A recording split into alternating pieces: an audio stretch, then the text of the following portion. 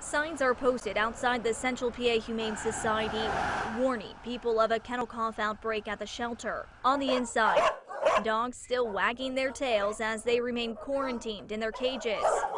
Not allowed to be taken past shelter grounds as the virus passes. Once it runs through and you've killed all of it with antibiotics, that way nobody's getting it. You're not adopting out dogs with kennel cough, and you're not facing kennel cough 3 months down the line from the same strain.